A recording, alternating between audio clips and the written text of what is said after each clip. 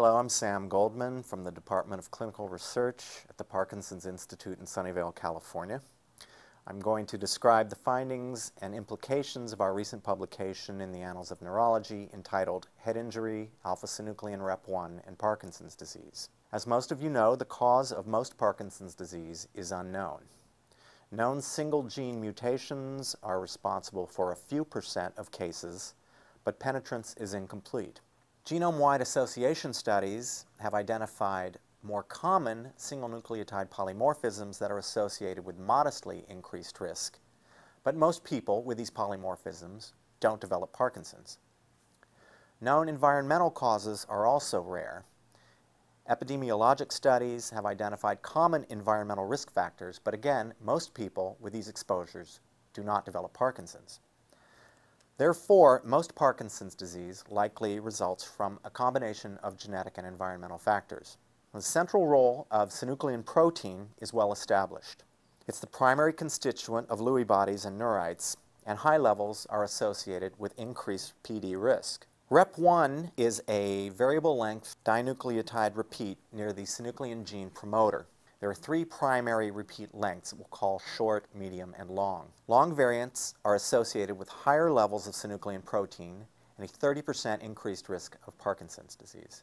The short variant is associated with lower levels of synuclein protein and a 30% decreased risk of PD. There are approximately 2 million head injuries annually in the United States. Head injury is associated with Parkinson's disease in many, but not all, epidemiologic studies. In animal models, head injury has been shown to increase levels of synuclein, and elevated synuclein has also been found in several small human postmortem studies. We hypothesized that the long variant of Rep1, in conjunction with head injury, might have a synergistic effect because both can increase synuclein protein levels. We tested this hypothesis in 2 independent case control studies. We drew the first population from the agricultural health study, comprised of farmers and their spouses in Iowa and North Carolina.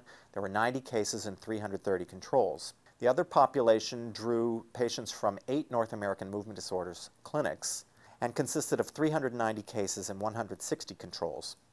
We collected information on head injury and covariates by interview, and subjects were genotyped for synuclein Rep1. We tested the interaction between head injury and Rep1 using logistic regression and adjusted for age, gender, race, and smoking. We analyzed the results both separately and pooled. In both studies, we found that head injury was associated with a modest but non-significant increased PD risk.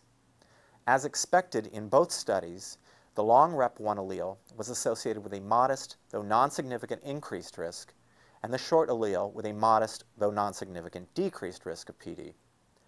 However, in both studies, the joint effect of head injury and Rep1 was profound.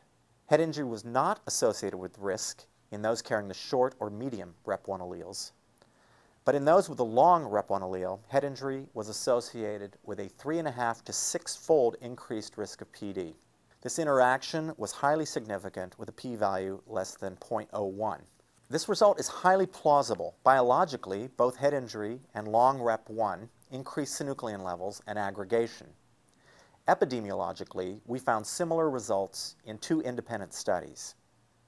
These findings are consistent with the hypothesis that most Parkinson's disease results from environmental exposures in genetically susceptible individuals. Long synuclein Rep1 is common. It occurs in approximately 10% of individuals, and we know that head injuries are exceedingly common. Therefore, this constitutes a large population that is potentially at very high risk of Parkinson's disease. Of note, head injury preceded PD diagnosis by approximately 30 years, suggesting that a therapeutic agent could potentially delay or prevent Parkinson's disease in this population. This work highlights the need to investigate the joint effects of genetic and environmental risk factors for Parkinson's disease. Work should focus on genetic and environmental factors that share common disease mechanisms. I'd like to acknowledge Dr. Carolyn Tanner at the Parkinson's Institute and Dr. Freya Kamel at the National Institute of Environmental Health Sciences, who are the primary leaders of these projects.